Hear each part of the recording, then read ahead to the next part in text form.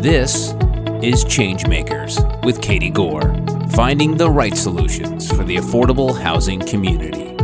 This week's ChangeMaker is Antonio Marquez, the principal and managing partner at Comunidad Partners, a real estate investment firm specializing in workforce and affordable housing in culturally diverse communities throughout the country. Antonio's duties include strategic planning, culture building, and capital raising. He also serves on the National Multifamily Housing Council as chair of the Workforce Housing Committee. Antonio, welcome to the podcast. Thanks for having me, Katie. It's great to be on. I am glad you've joined us today. And before we start talking about Comunidad and the work there, tell us about your background. Yeah, so my background, I'm son of immigrants. My father was a Hispanic immigrant, came in the United States, really from abject poverty in Mexico, in Jalisco, Mexico, and started a company. He was a farm worker for a number of years and then was able to scrape together enough change to start a company out of his garage and started distributing Hispanic grocery products, wholesale grocery products with his brothers. Built that company really investing in underserved communities, minority communities, and really kind of built a brand around that. And so I was cut from a cloth of working hard, definitely an immigrant grit mentality, the perseverance, and really failure was not an option. So really saw my father and his brothers really build that company. They also bought real estate because they were wholesaling groceries, so they bought industrial real estate. And I was, influenced by that and really had an interesting vantage point where we were investing in underserved neighborhoods through creating businesses and investing in real estate, and really shaped and informed how I viewed kind of real estate today and what we do at Comunidad. So what would your dad tell you when you were growing up that reaffirmed that failure wasn't an option mantra?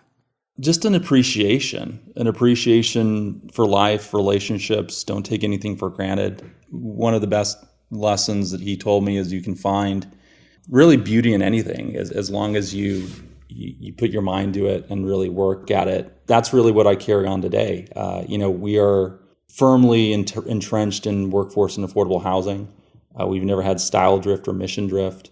And I've found great pleasure and excitement and challenge and triumph, tribulation, and frankly passion because of a lot of those principles that were instilled to me with my family, their values, and just carrying that on in terms of what we do today, investing with our values as kind of a premise and an investment thesis. You mentioned workforce housing, and before we go through what the needs are associated with that, first define it for us to make sure we're all on the same page, and then tell us what are the needs of workforce housing. Yeah, I'll give you a technical definition, and then I'll give you my definition.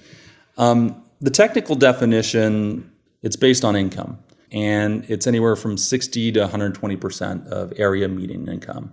And that can vary by region and depending on the disparity of incomes, the concentration of housing, and a number of different factors. But generally, that's kind of the range.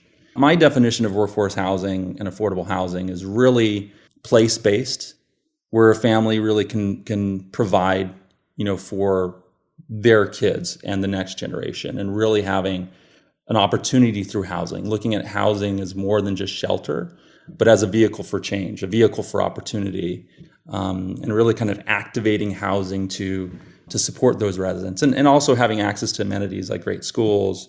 A lot of these communities are in food deserts, so ensuring that there is good food access, good health care, good public transportation. So I qualify workforce and affordable housing and as, again, more than just shelter, but really providing this kind of holistic approach to supporting families that really need support through this type of vehicle of change. So what is Comunidad Partners? So we're a for-profit, mission-driven investment firm that's really informed by our culture and values. We're at the nexus of housing equity, housing stability, ESG, and PropTech. And we're proudly 100% minority and women-owned investment firm. So that's just part of our DNA. It's been part of who we are, since our inception. We didn't create a DEI practice Mhm. accessory or just because it was the de jour thing to do. It's been a part of who we are. And I really think that that's actually helped us with diversity of thought, just being innovative, having different, appreciation for different approaches and different strategies. And really, driven a lot of some of business performance and the property performance, and notwithstanding just some of the retention and great culture that we've been able to, embed and permeate throughout our organization. So, speaking of ESG and the core values of what you're doing, how does that influence strategic decisions there? Yeah, so we view ESG as really a business imperative. We don't look at it as just something that we should do or tinker with. We don't look at it as a marketing angle. There's been a lot more interest in that strategy, especially as of late, and particularly post COVID. But we like to joke. I mean, we've been doing ESG and social impact since before it was cool. We did it because we had an acute understanding of our resident needs. As I mentioned, I come from these communities, right? I understand the challenges. I understand the sweat, the tears, but I also understand the opportunities. I understand really how to translate ESG into opportunity for residents. And so we really look at ESG as a way to not only support our residents, support our communities, but also translates into better alpha, better financial performance. And so there's a number of different ways that we do that. A lot of our ESG revolves around the S. And I think that's one of the most nascent aspects of ESG. It's the most misunderstood.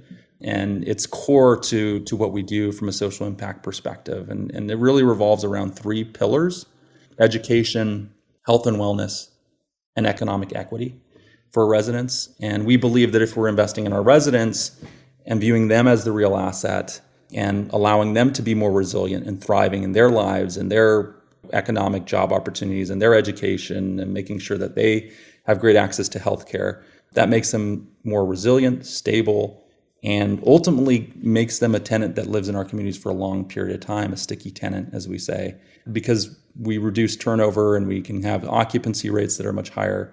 That ultimately translates into bottom line success, not only for the property, but also for the disposable income and the household wealth that we're trying to create for our residents. So it's really a symbiotic relationship that we try and activate through our ESG principles and strategies.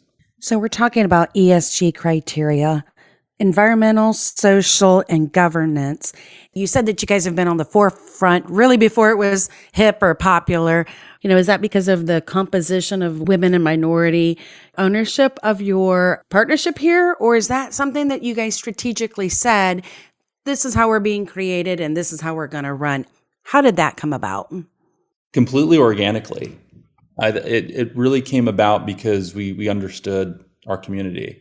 And we understood the needs and the wants and really the cultural idiosyncrasies that occur. And of course, it evolved. We formalized practices. We built data, have a great data analytics platform that we've built off of ESG, so we can report on UN SDGs and Gen Iris and a whole other host of other data. But it really happened just naturally and organically, just having an understanding of what was happening on the ground. And of course, just by virtue of background, and I think to your point, yes, the diversity certainly helps. It also revolved around, when we set out to build our company, we didn't set out to be the biggest. We didn't set out to have the best brand. We didn't even set out to be the most profitable, because that has some short-term consequences if you are only thinking about maximizing profitability. We set out to be the most impactful real estate firm. And what that means is really supporting that whole ecosystem that exists, because we know that we rely on all the different stakeholders, and a zero-sum strategy can only take you so far, and it's really not a sustainable strategy over the long term. So we made a deliberate effort that was, again, natural and organic, and that's paid dividends for our firm even to this day. Okay, one more question on the topic of ESG. How does it drive value? Yeah, that's a great question. And one, Katie, that we think a lot about within our organization. We view ESG as a business imperative and really something that adds value. But it really needs to add value to the entirety of really the stakeholder ecosystem. Historically, in multifamily, value add meant you go into a property, you invest significant dollars to upgrade the property, interior improvements, exterior improvements, and then you increase rents, trying to get top of market rents. And it really focused on kind of the built environment, the physical nature of real estate. Our definition of value add is really adding value to the resident, really investing in the resident, and not being extractive, but being really additive to what they need and their experience, and really creating better opportunities for the resident. So, viewing resident as the real asset, because they truly are the source of our success, naturally it makes sense to invest in them. Because if you think of what we do at our essence with our ESG strategy, and I'll just take the social impact piece in particular, we talked about 3 pillars earlier around economic advancement, health and wellness, and education. So we really kind of design these programs to drive better impact outcomes, but also to translate into better economic success. So, for instance, when we have an economic advancement program, which is a jobs program, and we've got a partnership with Prologis and their nonprofit to provide jobs, vocational skills training, resume building, that sort of thing, with some of the top employers in the country like Amazon and UPS, FedEx, a number of others. But if you're able to provide your resident a better job, a more durable job, a higher paying job, guess what? Their income goes up, right? And they've got more stability in that employment. If you think about our health and wellness pillar, where we provide virtual healthcare for free and biometric testing and soccer clinics and health and wellness and healthy eating, and really kind of bridging that gap in terms of a lot of the food deserts that exist in these communities so that we can get natural food to residents. That reduces their healthcare costs. It allows them to be, from a well-being perspective, healthier people and more productive, members of society, and that ultimately helps them from that perspective. And even the education piece, where we provide after-school programs for free, and you think of a family that's making $45,000 a year, which is kind of the median income within our resident cohort, paying $150 per month per child, having to get off work at 3 p.m. to go and pick up that child, that's not only expensive, but it's, again, disruptive to their economic potential. And so we offer those services for free. It reduces their household expenditures. So at the end of the day, when you're increasing resident income, you're reducing their household expenditures, and you're really building disposable income for them. We call it resident NOI, because you're really kind of building their wealth, household wealth. Then the natural byproduct of all that is that we get better property performance. So it's this reciprocal, fortuitous cycle that really works when you actually integrate ESG at really kind of a cellular level of the community and the properties and the people. So when you really go deep, right? And the other thing that's really nice about this is we talk a lot about supply side solutions to the affordability crisis, and that is an extraordinarily important piece of that puzzle. But we don't talk enough about demand side and what we can do, again, to investing in residents, allowing them to achieve their full potential. And again, if you build their disposable income, you build their wealth, that really negates the affordability concerns that this country is facing right now. So was there something specific that sparked the idea for Comunidad Partners, or was this just recognizing the need of the community and you guys formed the solution? Yes. So my father had and family had invested in commercial real estate. As I looked at the landscape of commercial real estate, I was very intrigued. I had an affinity towards it, but I didn't want to just be another provider, another commodity provider of just a general asset class. I really wanted to rethink real estate and what it could do, what it could be, and really felt that there was untapped opportunity. I knew that the fastest growing demographic was Hispanic and Latinx generation, and even more so in housing. And there's a propensity to rent. They're 2 times more likely to rent. 73% of immigrants are renters, with disposable income that was growing very rapidly. That was more family in nature, that really represented stability in housing. So I knew that there was an enormous need.